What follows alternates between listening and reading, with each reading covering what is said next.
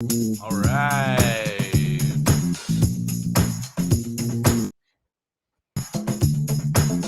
300 followers. Yeah. Well, it's 299, but we're going to be there soon. 299 is close enough. I'm Arnie Shillman. With me, as always, is Adam Cagley. Whew, that's my favorite part. This little digital harpsichord solo. Welcome to Weekend at CHEWIE'S. You know, these are the streams that we're starting out on. The people who are tuning in, usually it's just Nitha, maybe Mark, maybe Bradley. And we got some other friends from Instagram. Well, whoever you are, like, drop something in the comments. You know, stir up some interest. We're going to be here forever, streaming about Star Wars and making it funny. So, Adam, is there anything you'd like to add? Definitely stir up intrigue. I like intrigue, and I like it when it's stirred. We love curating memes, and we love, you know, like-minded and completely not like-minded Star Wars fans. We just love you guys, and so appreciate you spending any time swiping our memes and hanging out on our streams, and you know, watching videos titled "Baby Yoda Dies," etc. I love that. That's our most watched video right now. Clickbait. Oh yeah, complete so clickbait. It's so clickbaity, especially because of that image, that concept art of Grogu with the rest in peace on it. Yeah, it's such a funny image that you made for that video, dude. So fucking cool. I just enjoy. I'm gonna pop this mint. I just enjoy working with you in this mode so much more than like stressing over a script. Even though that's fun, you know. This is just like easier. This is just like literally us hanging. Yeah, and, yeah. I mean, that's how know, this was born in the first place, because this is the kind of right. shit that we would just do. Right. Yeah, I mean, pretty much. You know, what I thought would be cool that you could clip out is a who we are. Like, we don't have that on our page. No, we don't. But you know, like, who I am. I'm Ari Stidham. I was on a show called Scorpion for like 4 years, and then the show ended. I got very depressed. I was doing a lot of theater, and one of the plays I did was a parody musical of Star Wars that was sort of more of a fan fiction called Han Solo Must Die or Solo Must Die. I did 2 of it, one in 2018, one in 2021, with Adam and our producer Nitha, which was completely virtual for Flappers, and then what's the other place? Nowhere Comedy. Nowhere. Yeah. Super fun. And that's sort of how this was birthed, but how Adam and I know each other, which is sort of novel, is that we had the same agent and for years. And when we were 17, maybe you were a little old. Are you older than me? I'm like a few months older than you. Yeah. So when we were like 17, 18, we met set of a show called Huge on ABC Family, which is what Freeform used to be called. I still get residual checks from that show. Yeah, about like $4 a year. $4, motherfucker! I get like a nickel. I've gotten checks from them that just say void on it. That's like, so funny. Like, why did you send me this? Disney pays their debts, you know. That's one way of saying it, I guess. We had the same agent, and we're the same type, so we'd see each other for every fat teenager role. Yes. You, me, Jacob Wysocki, who was that guy? Cody, I forgot his last name, but I know who you're talking about. Zach Perlman, Andrew Caldwell. Yep.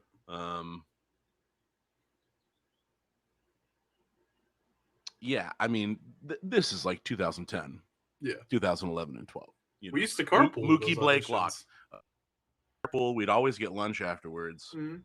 So, you know, somewhere super unhealthy. Yeah. Some 8,000 calorie lunch. Yeah, I remember there used to be a bar in Hollywood right next to the old Cat and Fiddle Yeah. that served for $20 you could get 40 wings. Oh fuck! Why didn't we ever go there? We did. We We did did. after Shameless. And I like because remember you, me, Jacob, and Cody Yeah. were the four people who were like producer session with John Wells for Shameless, and then you got it. But that the night before, Jake and I had been so fucked up at a party, and like I was not ready for I tanked that fucking audition, tanked it, and I stressed the fuck out of that audition. I know, and I remember calling Matt and our agent, and I said, is there any feedback for me? And he was like, no. And I was like, you're very good at your job. Adam got it, didn't he? And he's like, yeah. I was like, well, I mean, like that had also, I stressed that one just because like I'd been in, like I'd read for John Wells every season since the pilot. Yeah. Like I got close. Right for that one, it was like all of us had different things. Yeah. And they just needed a dude. I just like I always felt like the universe kind of lined up on that one because that character was like mousy kind of dude who was steamrolled over by his like mildly verbally abusive girlfriend, and that's who I was at the time. Who did have a mildly abusive girlfriend at some point in their lives. Yeah. But I'd been into Reed with Wells every season. Like I originally I got really close to Mickey. And then I obviously didn't get Mickey, which I wish I forgot about Mickey. That. Oh, and then Veep, man. Veep, you went deep. Yeah, I got close on Veep too. Yeah, there's so many projects that could have gone so many other ways. And I was watching Inside of You, the Michael Rosenbaum podcast, which is a wonderful show. But it just made me think like you and I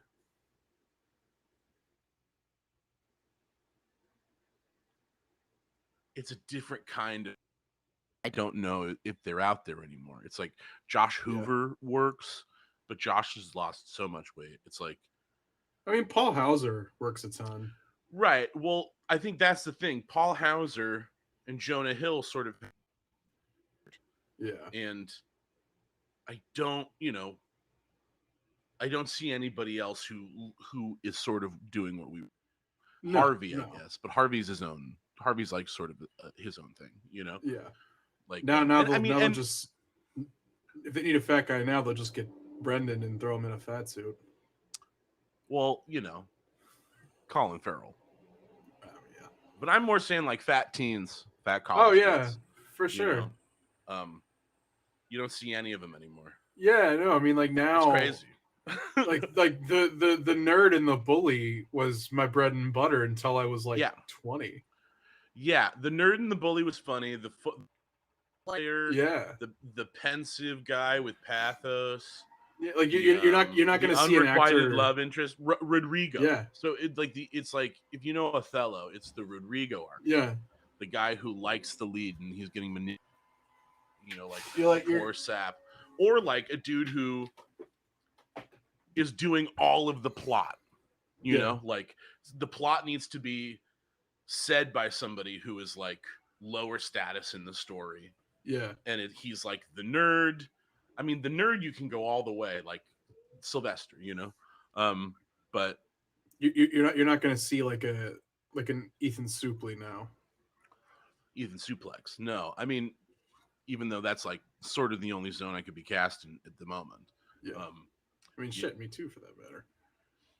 Interesting. Well, I remember there was that Demi project that we both went out on, and then it just died. That project just like literally died. It didn't even. I'm honestly kind of glad it did.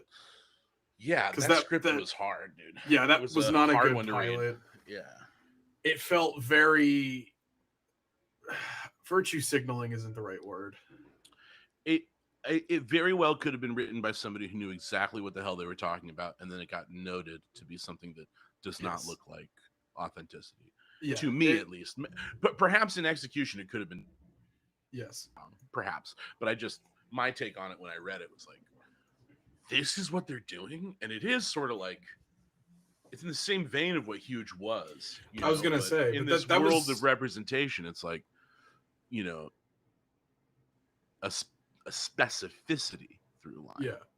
There needs to be that you follow. Well, And if it's and not there, then it's sort of like, you're just sort of here, I mean, correct me if I'm wrong too. You were definitely deeper than I was on this show, but it's like it felt like what Huge tried to do, but it didn't have the authenticity of Huge. Huge was based on a book, Yeah.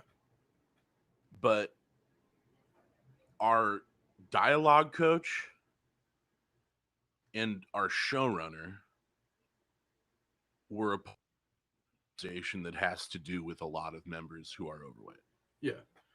It didn't the So Demi Lovato script there's didn't treat it as yeah.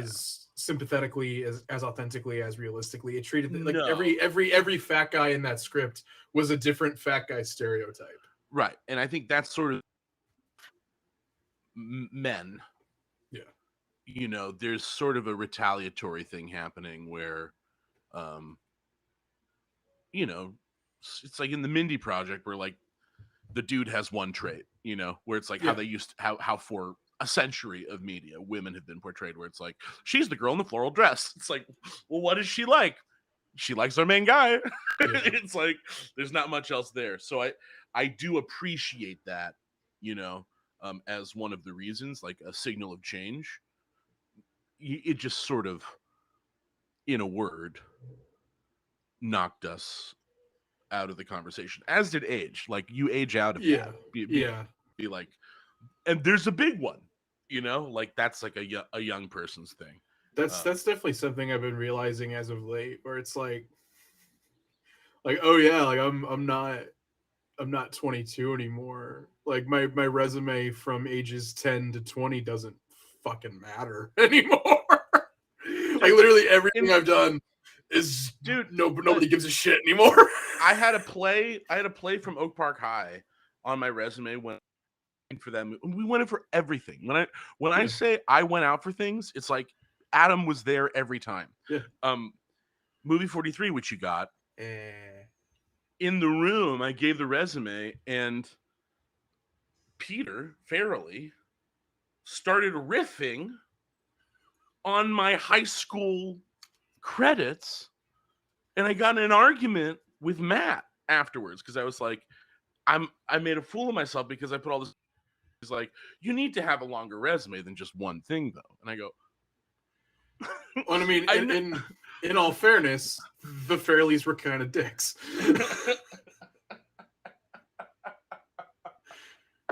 I shot that movie over like 2 weeks. They were kind of assholes. Well, you have worked with them. That's amazing that you've been able to work with them. This is not what our podcast, our stream is supposed to be about. Well, it's what it's about today, I guess. It's what it devolved into. Hopefully, you'll be able to get some clips from that. For sure. Us, and you should say, you should say something about who you are. Okay. Well, I mean, if you don't know by now, I'm Adam Cagley. I met Ari fucking 13, 14, 15 years ago on a set. I was a child actor from, I mean, I say from ages 10 to like 22, because like 22 is more or less when it started to slow down. I mean, I was on a show called Shameless for 2 years. After Shameless, I didn't really work much after that. My current author bio, I have a book coming out in October, plug. My current author bio is what happens when a child actor gets too old to rest on his laurels and his phone stops ringing. He decides to write books. I just cut it. I just say, this is Adam Cagley's debut novel. Yeah. I don't think that's enough to get people to buy it. Yeah, I don't know. I think the only people that would buy that are the people that still message me furious about how mean I was to Zach and Cody. Zach and Cody, damn. I, What st- I, about st- I legitimately still get messages like that. Like, you were such an asshole to Zach and Cody. And I'm like, okay. You want me to issue an apology? You did stand up for many years too. Yeah, but that don't really matter. I did stand up for like 3 years, and it took me 3 years to realize that I hated it. All right. So. No, stand up. Stand up requires a lot of ego. Like it's necessary, Uh-huh. but 9.5 times out of 10, the ego is very undeserved.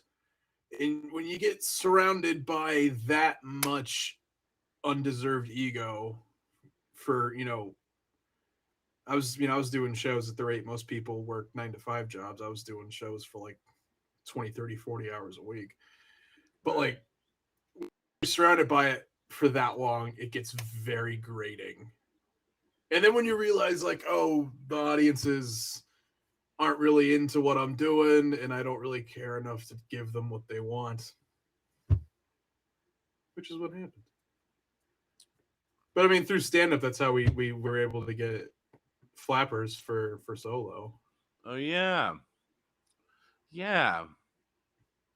That's right. It would, it all works out sort Yeah. of. There's always something good you can like point to. No. Reason. Yeah. And now I'm here. I talk about Star Wars professionally, and it makes me so happy. I get to buy shit like this and call it a business expense. Wow. Which is exactly how I justified it. I was like, oh well, no, well, I mean, we'll talk about this on the show at some point. So this is for work. Maybe it's a business expense. I certainly would not condone, my friend. Oh, we've talked about it on the show twice now. So business expense. I would not. Maybe a business expense, but that's not a write-off. Why not? Because you need to have income. We haven't made any money. You need to have income to write it off. I'll write it off eventually. Well, you're making income from something else. I'll write it off eventually. Yeah.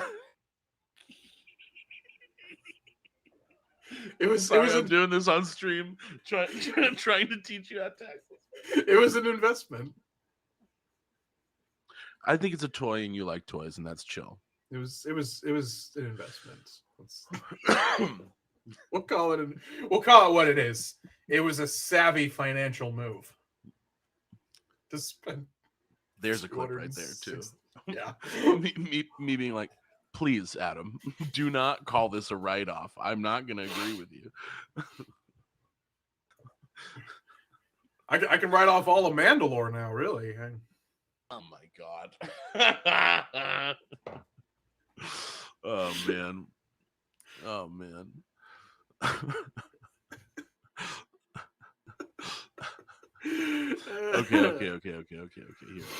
Here I go. I got some shit I want to share.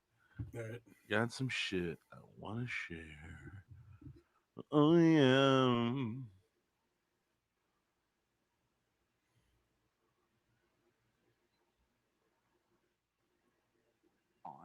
And like I said, no, I didn't know it was going to be bought by Disney because this was summer of 2012.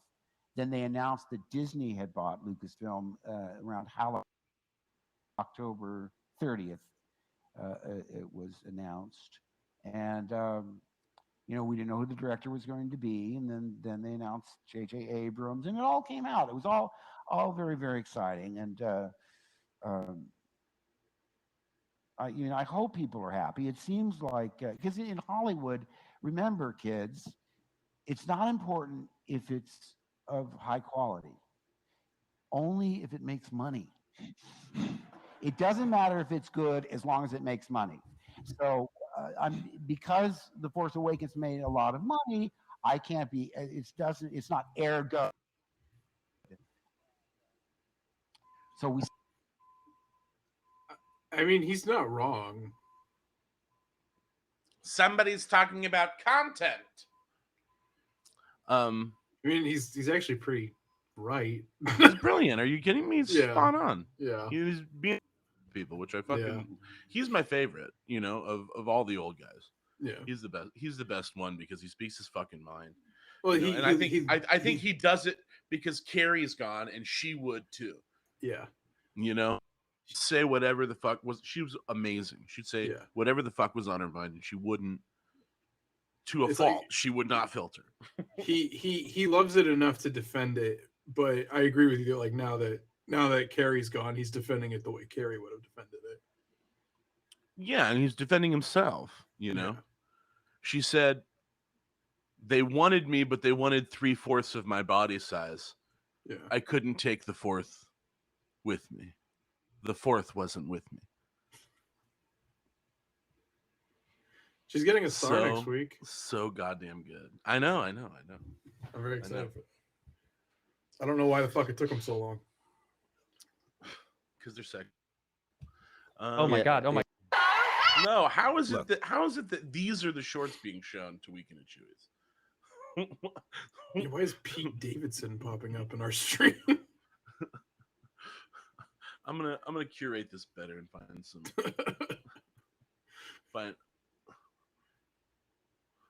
Oh yeah. That's why I was in the wrong zone.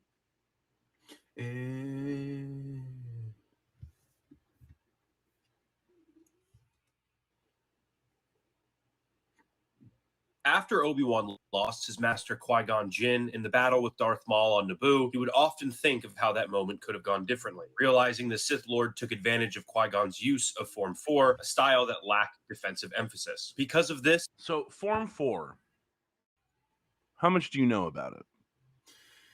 The lightsaber forms aren't something that I'm super versed in. I mean, like, there are people that can absolutely 100% dissect every movement of a lightsaber fight and tell you exactly what forms they're using. Airsoft daddy. Pretty much, but I know them, but I'm not very knowledgeable in the lightsaber forms. Kenobi became a master of the more 3, which he used throughout the Clone Wars. However, this knowledge of after Obi-Wan lost his master Qui-Gon Jinn in the battle with Darth Maul on Naboo, he would often think of how that moment could have gone differently, realizing the Sith Lord took advantage of Qui-Gon's use of Form 4, a style that lacked of emphasis. Because of this, Kenobi became a master of the more defensive style Form 3, which he used throughout the Clone Wars. However, this knowledge of why Qui-Gon lost to Maul aided him in his final match with the former Sith. When confronted by Maul that night on Tatooine, Kenobi switched his stance from Form 3 to his master Qui-Gon's in Form 4, deliberately taking advantage of Maul's offensive nature and tricking him into thinking he would finish Kenobi in the same way he did his master on Naboo. When Kenobi's saber finally struck Maul, it closed the loop on a lesson he'd been learning since he was a Padawan. He is the chosen one. Chosen one. He will bring balance. He will avenge us. After Obi-Wan... Maul's just the fucking best character, man. Dude, he really is. There's not a better trajectory because he's eaten up and used by the system that he gave everything to. Yeah. And that's his source of strength and power. But moreover, he's never as evil as Vader or the Emperor. So, there it is. So this is a Sith holocron, one that holds all their secrets. That's Sam Witwer for sure. Yeah. It's like you can tell when it's the other one. Use your anger, use your pain, let it fill you, fuel you.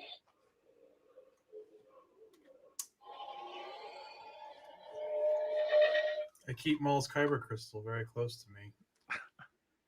But no, yeah, I agree with you. Like Maul That's kind of like Maul's entire story is like him really just seeking revenge for this thing that completely destroyed him. Like he gave everything to Palpatine thinking that he was going to get something out of it, and the only thing he got was his legs cut off, and he was stuck on a fucking junk planet, losing his mind as a spider for like a decade. That's what we need to see, a series of that. That would be the dopest fucking series ever. Well, I don't know how he got out of being crazy or out of Naboo. Out of Naboo. The story of it, you know, is so Pickle Rick. There's stuff that talks about it, because like he falls down that shaft essentially into like a junk pile, and then that junk pile gets taken to the junkyard. Right. What I'm saying is that's compelling. I don't know, because figure. He goes crazy pretty quickly. But that's what I'm saying. I mean, like when compelling. When his brother finds him though, like he doesn't even know where he is. Like it's not like watchable crazy. It's like, oh god, okay, he's speaking nonsense and gibberish crazy. I don't know. Now, did you get a... Okay, my god. How is it? After Obi-Wan lost his master Qui-Gon Jinn in the battle, we just had a long list of... Oh my god. And then it changed to nonsense. All right. A few minutes for the Navi computer to calculate the coordinates. A few minutes? Are you kidding? It's right there. I love this clip. No, what is it? You have to shoot this. Traveling through hyperspace is like Dustin Crops, kid. Without precise calculations, we fly too close to a store. They're bouncing to market and then... Yeah. Be a hell of a What's mess. that? Watch. We're going to lose you in the deflector shields. Go strap yourselves in. Be careful on the way out. Yeah, sure. I'm taking very caution. You go away. Down too near a supermarket. What I love most too near a supermarket. What I love most about that clip isn't Harrison. It's fucking Alec Guinness. He's just so over it. 10 minutes for the Navi computer to calculate the coordinates. A few minutes? Are you kidding? It's right there, gaining. What is it? Like, look at his face. Traveling through He's fucking miserable. He wants to go home so bad. like Dustin Crops. Don't learn their dialogue. He's just so fucking done. Like, he doesn't even care about this scene anymore. Without precise calculations, we fly too close to a store. They're bouncing to a supermarket and then... A supermarket. Yeah. Be a hell of a mess. What's that? Watch. We're going to lose you in the deflector shields. Go strap yourselves in. Be careful on the way out.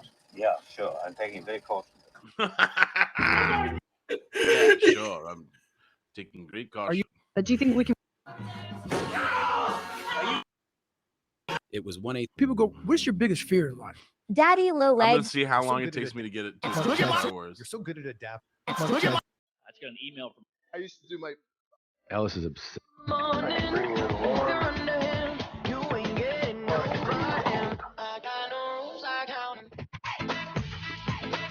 Okay. This is Master Obi-Wan Kenobi. I regret to report that both our Jedi Order and the Republic have fallen. With the dark shadow of the Empire rising to take their place. This message is a warning and a reminder for any surviving Jedi. Trust Anakin. in Good luck. the Force.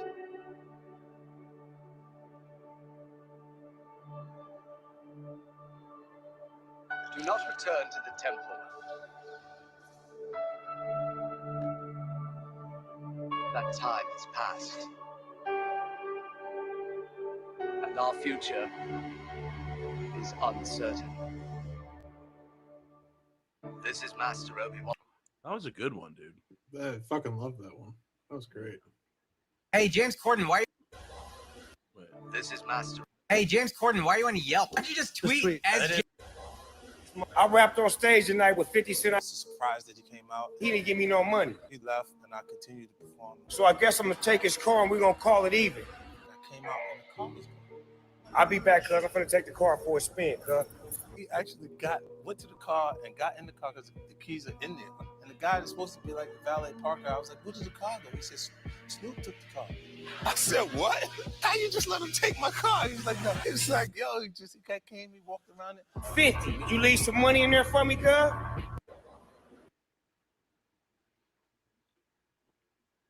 love that. I was on the One of the big differences. See how long it takes to get another Star Wars clip. This is actually a fun game. Everyone's always like, "Billy, what?" You're a mental. I had a great time, despite how somber subject matter was. Sure. I mean, it says right in the script, forget the past, kill it if you have to. You're doing a pretty good job. I'm trying. My first reaction was, can't we push this off until 9? You know, I said earlier, I don't want to repeat myself, I only asked for 2 things, no cameos and a run of the trilogy part. See how well that worked out for me? But yeah, you look for scripts that are highly original, and that's why Last Jedi was incredibly daring, you know? I mean, because I remember one thing that was very informative to me, because I would say, like, you know, but we think of what the audience expects and what they want. And he says, no, we have to do the opposite. We have to give them something they don't expect that we want. Wow. I had a great time, despite how somber the subject matter was. I mean, that's what I've been saying I like about Last Jedi, and why that's the sequel I like the most, because it's the one that tried, at least, to not just carbon copy the original trilogy. Rian Johnson, like, for all the faults that movie has, like, dude swung for the fences and tried something. It was a swing. It was a swing. Yeah. You can't say it wasn't a swing. I respect the fuck out of that movie. I respect it. Started dancing. I'm in awe of the entire cast, and aside from Hopefully Daisy, this will help my fucking algorithm, so I them. don't have to keep all this shit. Oh, we can't end on that note, can we? I'm afraid we have to, because that is all we've got time for. I'm in awe of the cast, and aside from Daisy, I look forward to working with them one day. They said, dude. Roasted.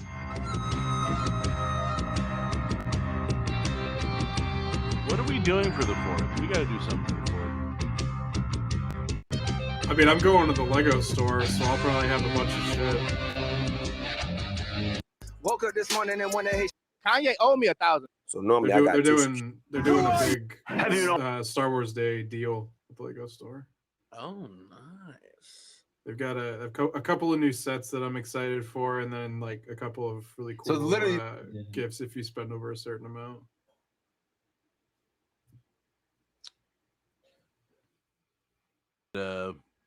Boba Fett's ship. The 2 new ones they have that I want, they have the Ultimate Collector Series X-Wing. Mm-hmm. And then they added a new one in their diorama series. That's the Emperor's Throne Room from the End of Jedi. I really want both of those. Ooh, cool. I just don't know where the fuck I'm gonna put them. I officially for Lego.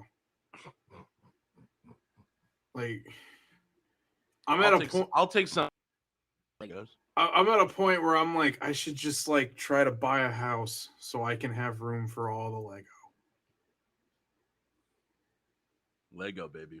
Because I'm officially out of room. Can I just say, though, a lot of times I would say to Ryan, we got to think about the fans. And he said, no, we got to think about the story, about our movie, which having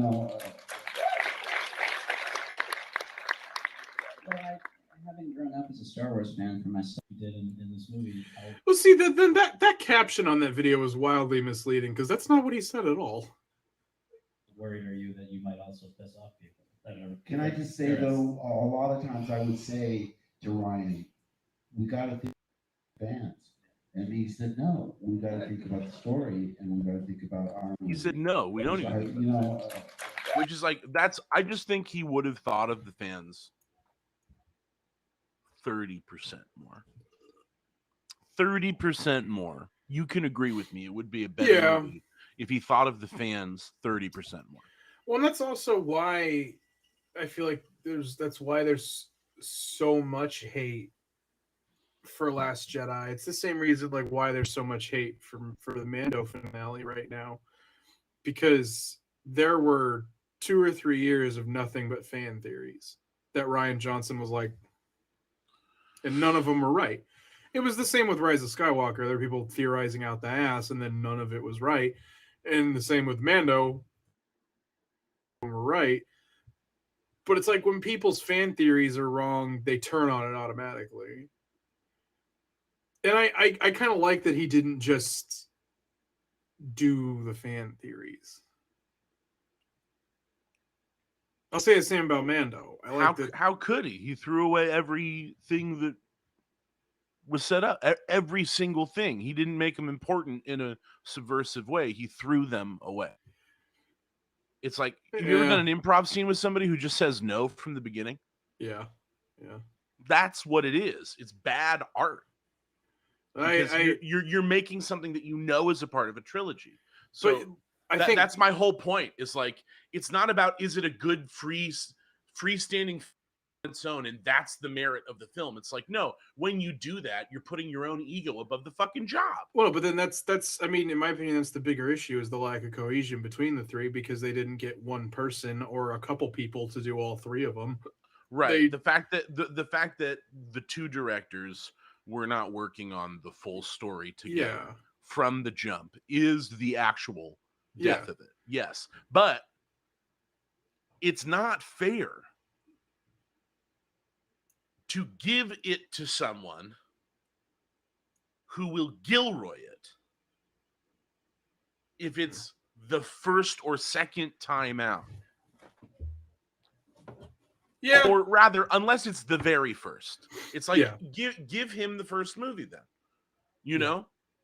Don't the difference is, you know, and this is just like this is the whole thing about being a Star Wars fan. It's like everybody thinks they know how to do it. Yeah. You know? Everybody like, and that's it. So it's like, I know that maybe I'm wrong or whatever, but well, no, because I mean, I just tend to agree with Mark Hamill, who fucking knows it better than Rian Johnson. No, yeah, I agree with you too. But like, the issue too is like, if they had, you know, stuck to everything the fans wanted and demanded out of specifically Last Jedi, then it would have been a different issue. You know, people complained that it was too different and that it was too new, but if they stuck to everything that the fans wanted and demanded out of it, then it would have been, oh, it's just more of the same. And like, if all the fan theories were right, people would be like, it was predictable. Like, they would have been bitching and complaining either way. Right. But this is where I go to the Freddie Prinze Jr. thing. It's supposed to be predictable. He tells you what the story is from the beginning. It's Star Wars. Like, it's Star Wars. I remember I got in an argument with somebody after The Last Jedi because I was like, well, now the only way they can go is if Kylo and Rey basically join the same team, and Kylo's arc is that he finds the light, and maybe that'll kill him. And the dude I was arguing with, Paul K. Daniel, he was like, no, it's not going to happen like that. It's going to be so different because of the theory of myth and what Campbell wants. And it's like, I broke it down for him why it fits like that in the Joseph Campbell story. And when it happened, I was like, don't you remember we got in a huge argument? And he told me he didn't care that we got in an argument about it. He still thinks that I was wrong, even though like what happened in Rise of Skywalker is the only thing that could have happened. It's the only thing that could have happened. You know, the Palpatine thing is whatever, but see what he's saying he wanted is almost what I wanted too. Like, when Kylo killed Snoke, I wasn't one of those people that was like, oh, what, that's stupid. I got excited by that because the possibility in my head was like, The comparison I made was, what if Vader killed the Emperor at the end of Jedi and then said, fuck it, this is all mine now? That would have been interesting as fuck. Join me and we'll kill the Emperor. Yeah. To his son. And then kills the Emperor and goes, cool, I'm Emperor now. Right. And that's Colin Trevorrow's Duel of the Fates. That's exactly what happens. Like Kylo, there is no redemption. Kylo just gets worse. Yeah, and he becomes the baddie. Yeah. Yeah, and that's what I wanted too. I wanted it to have fucking clear lines between good and evil, because that's what it has been since the. Well, I mean, that's also like people complained when he killed Han Solo, and that's the logic I used was like, no, because in the same way you needed something to solidify not just how evil Vader was, but to give the audience a personal reason to not like him. He killed Obi-Wan. Kylo, they did the same thing. They had him kill Han. So it's like him killing Snoke in Last Jedi, he had the potential from there to become a villain on par with Vader. Instead of like, they pointed out so many times in Last Jedi, a boy in a mosque. Like that's why Rise of Skywalker bugs the shit out of me the most, because like there was so much potential in that movie that they just went, no, we're too scared. No, make it bullshit, make it easy, make it simple, make it whatever you want it to be that the fans are expecting and want. Make it Return of the Jedi with a different small cute creature. Dude, they listened to the fan outrage. Yeah. Mid-production of the movie. That's what happened. I don't think they listened to it so much as they were scared from it. They spent so much of Last Jedi with these new characters. Yeah. And then you never hear from them. Oh yeah. You spend like an hour and a half of that movie following Rose around, and then she's got like 3 lines in Rise of Skywalker. Somehow Palpatine returned. Somehow. Anyway, we're gonna spend an assload of money on a show to explain how, because JJ. Thanks for 300 followers, guys. Thanks for 300 followers. That's really what we wanted to say. Yeah. We love you guys, and preach the 300. 1, 2, 4, 5, 6, 7, 8, 9, 10, 11, 12, 13, 14, 15, 16, 17, 18, 19, 20, 21, 22, 23, 24, 25, 26, 27, 28, 29, 30, 31, 32, 33, 34, 35, 36, 37, 38, 39, 40, 41, 42, 23, 24, 45, 46, 47, 48, 49, 50, 51. I'm talking 52, 53, 54, 55, 56, 57, 58, 59, 60, 61, 62, 63, 64, 65, 66, 67, 68, 69, 70, 71, 72, 73, 74, 75, 76, 77, 78, 81, 82, 83, 84, 85, 86, 87, 88, 89, 90, 91, 92, 93, 94, 95, 96, 97, 98, 99, 100, 101, 102, 103, 104, 105, 106, 107, 108, 109, 110, 111, 112, 113, 114, 115, 116, 117, 118, 119, 120, 121, 22, 23, 24, 25, 26, 27, 28, 29, 130, 131, 132, 133, 134, 135, 136, 137, 138, 139, 141, 141, 142, 143, 144, 145, 146, 147, 148, 149, 150. Bitch, we're halfway there. We're going to 300. I don't know if we have enough song to make it. 151, 152, 153, 154, 155, 156, 157, 158, 159, 160, 61, 62, 63, 64, 65, 66, 67, 68, 69, ha, 70, 71, 72, 73. Hey.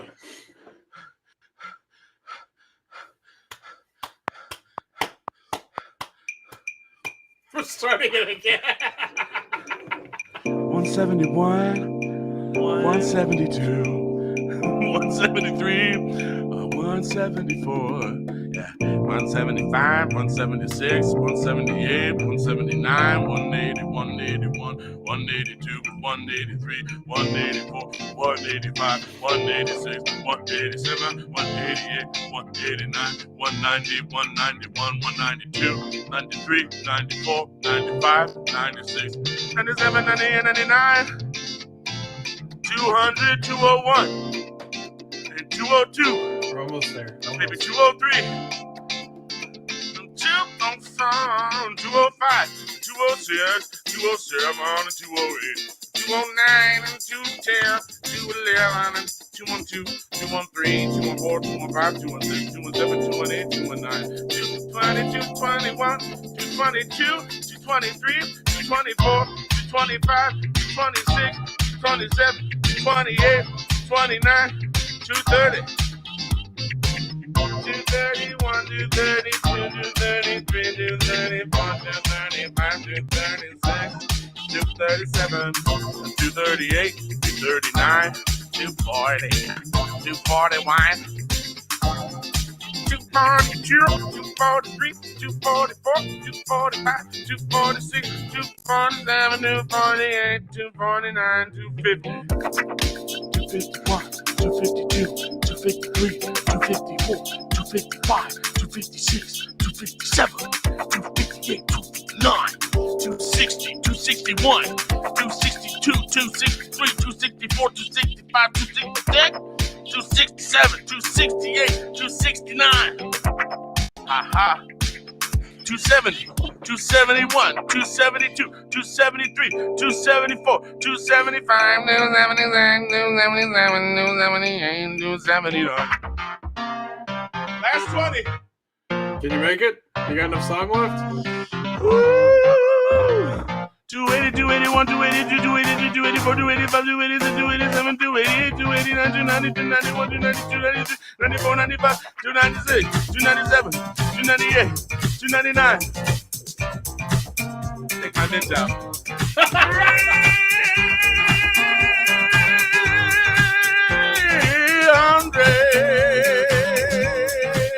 Oh! I'm 100% clipping that out immediately.